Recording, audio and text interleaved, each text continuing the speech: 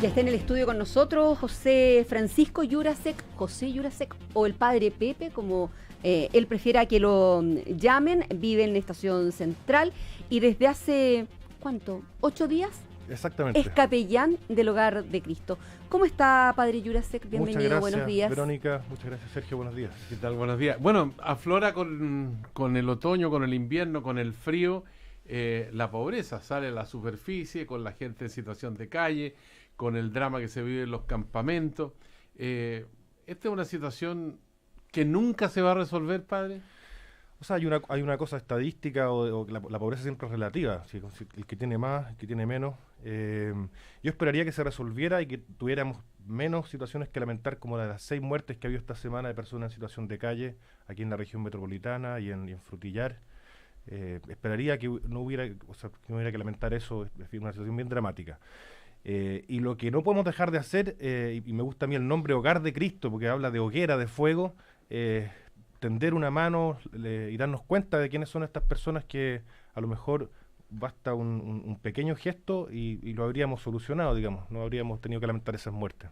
Estamos hablando de los más pobres y ahí necesariamente entran también los migrantes. Leía una entrevista suya hace unos días que contaba de la cantidad de migrantes que hay en Estación Central, que están alejándose de la población donde usted vive. De hecho, los chilenos subdividiendo las casas que están dejando para estas familias migrantes. ¿Son los migrantes ahora los pobres entre los pobres en Chile, padre Jurasek? Bueno, los que llegan en general son bien empeñosos y muy trabajadores, y si uno mira la construcción o faenas agrícolas o labores de aseo en otros lados, hay gente muy trabajadora. Yo más bien diría que tal vez los más pobres entre los pobres hoy día son las personas en situación de calle que hemos comentado. También quienes por alguna razón han caído en abuso o consumo problemático de alcohol y drogas, y está muy vinculada una cosa con la otra, calle con alcohol, drogas, con quiebres familiares. Y bueno, pero por supuesto los migrantes por el volumen, el volumen de inmigración, sobre todo haitiana, pero también de otros países, ha crecido mucho. Y por la necesidad de integración social. Sí, produce, pero eso se va dando a nivel de barrio, a nivel de los jardines infantiles, de los colegios. Yo creo que hay un proceso de integración que se va dando mucho más de lo que creemos, ¿eh? Y el color, el otro día estuve en una celebración de Pentecostés en la parroquia Santa Cruz. Fíjese que el coro de la parroquia son puros haitianos. Cantamos en francés, en creol, al ritmo de tambores. No se entendía nada lo que cantamos, pero había una fiesta, una alegría de color que yo creo que le aporta a los chilenos, que es un poquito más apagado. Así que hay muchas cosas positivas ahí que destacar. Padre José Jurasek, ¿cómo se entiende esta realidad que vivimos con un 10% de pobreza dura o semidura, como usted quiera, con una indigencia significativa que se pone en la superficie ahora? Y por otra parte se habla de cifras macroeconómicas, del crecimiento del país, que estamos entre los países prácticamente del primer mundo.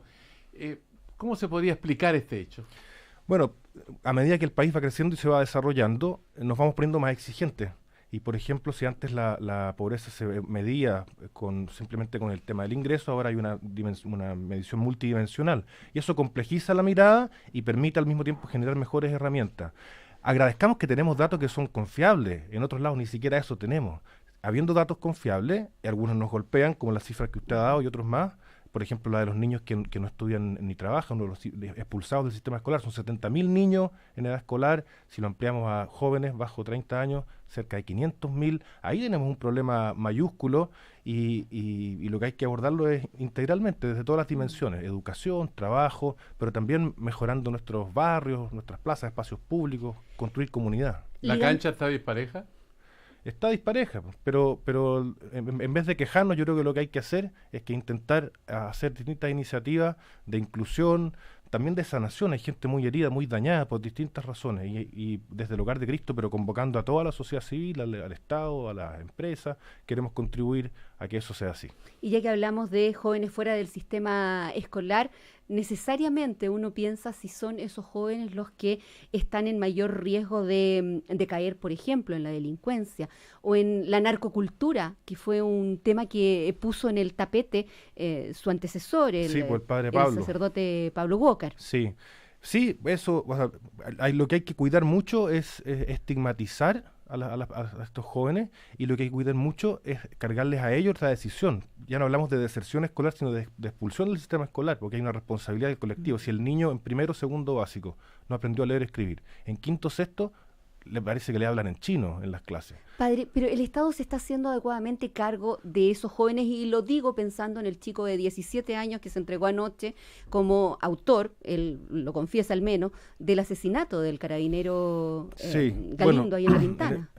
El Estado tiene una responsabilidad, pero tienen responsabilidad de las familias, tienen responsabilidad de las municipalidades, la sociedad civil organizada, el tejido social que hay que fortalecer. Aquí no hay ninguna persona sobra. Y en cierta medida el Estado se hace cargo, pero el Estado va a veces un poco lento, entonces nos alegra que organizaciones como el Hogar de Cristo, pero también, y en particular la Fundación Súmate, pero claro, lo que nosotros podemos hacer es un poquito, queremos convocar a toda la sociedad a que enfrente estos asuntos y complejizando de nuevo la mirada. Si hay que crear aulas, por ejemplo, de inserción escolar, para que los niños que ya llevan 2, 3 años fuera puedan entrar. Y creo que ese tipo de mecanismos y dispositivos de educación e inserción son muy relevantes. ¿Qué le diría usted a la gente? Yo escuchaba su opinión en varios momentos de mi vida, que aquellos que están en situación de indigencia o de pobreza, dice, bueno, están así porque son flojos. No, bueno, yo creo que la flojera y la tontera y también las virtudes están repartidas parejitas por toda la sociedad. Eso me atrevería a decir. Eso yo creo que es un mito, un prejuicio. A la persona, esto es como la mamá que quiere repartir la torta, y cuando sabe que hay un niño que está más triste o le da el pedazo más grande de torta. Tenemos que preocuparnos de que a las personas que por distintas razones han quedado excluidas, botadas al lado del camino, bueno, el Estado, pero también todas las organizaciones, les tendamos una mano. Y yo creo que hay que vencer los prejuicios. Pasa mucho también con los inmigrantes. Hay mucho prejuicio, que nos vienen a quitar el trabajo, que son delincuentes. Esos dos al menos son falsos. Y invito a las personas que nos están escuchando a profundizar, a mirar los datos y sobre todo, ¿sabe qué? A encontrarse y a salir de los prejuicios. Cuando uno se encuentra con alguien que viene de otro país o con alguien que está en condición de pobreza, y particularmente en estos días en personas en situación de calle, los que van en el auto, suban una frazada al auto, y si se encuentran con alguien, acérquense, conversen. Tenemos el Fono Calle del Estado, del Ministerio de Desarrollo Social, 800-104-777, opción 0. Si ven a alguien así, acérquense, no tengan miedo, y llamen y veamos la manera de tender una mano, porque no queremos lamentar más muertes en estos días tan fríos que estamos sufriendo. Padre, leía en estos días que usted había marchado en 2011 cuando estaba en Teología en la Universidad Católica. Es verdad. Cuando era dirigente estudiantil ahí. ¿Cómo ve las movilizaciones estudiantiles, la movilización feminista de hoy? ¿Qué se consiguió con las marchas de 2011? ¿Lo suficiente? ¿Va por el lado de la reforma o de la revolución? Buena pregunta. Yo voy por el lado de la reforma y del diálogo. Me parece que las movilizaciones de todo tipo consiguen ir poniéndose en ciertos temas y vamos avanzando de a poco. Me alegra lo que está ocurriendo con el movimiento feminista, o como se le quiera llamar, y en el fondo también con el enfoque de género, sin tener que radicalizar ciertas cosas, pero a veces lo que ocurre es que si no movemos el gallinero no pasa nada, digamos. Entonces, veo que vamos progresando. Creo que la movilización del 2011 sí tuvo sus frutos, pero esperaría que también de alguna manera marcháramos por los que no pueden marchar, los niños, la infancia, los niños en edad preescolar, que de alguna manera, y también los adultos mayores. Esos son los dos grupos más vulnerables hoy día de la sociedad, y ellos no salen a marchar. Deberíamos terminar sobre ello. Padre José Llorase, usted como capellán del Hogar de Cristo tiene una tarea muy importante. Usted es jesuita, tiene un colega que es papa, también de la orden jesuita. Es verdad. Y con esta iglesia que hoy día se ve enfrentada a una lucha cuesta arriba por tanto escándalo, ¿cómo se siente usted, cómo siente la orden jesuita este peso y con el desafío social que están enfrentando al mismo tiempo? O sea, las situaciones de abuso han sido escandalosas, y junto con los abusos, lo que hemos conocido de encubrimiento y prácticas que son, la verdad, que nefastas, de poca transparencia. Con eso me siento mal, avergonzado, aun cuando yo personalmente no tengo responsabilidades, pero creo que hay que asumir una responsabilidad colectiva.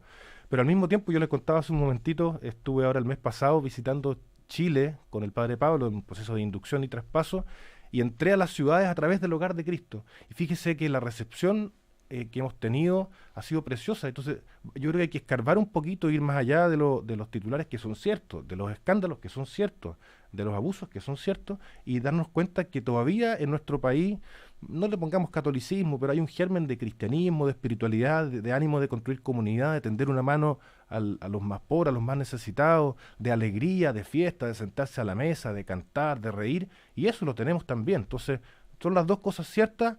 Yo estoy muy entusiasmado con esta misión preciosa que se me ha confiado y espero poder humildemente contagiar a otros con el sentido de urgencia que le dio el Padre Hurtado al Hogar de Cristo hace 75 años, y yo espero que eso continúe el día de hoy. Y el contexto ha cambiado, tenemos que cambiar.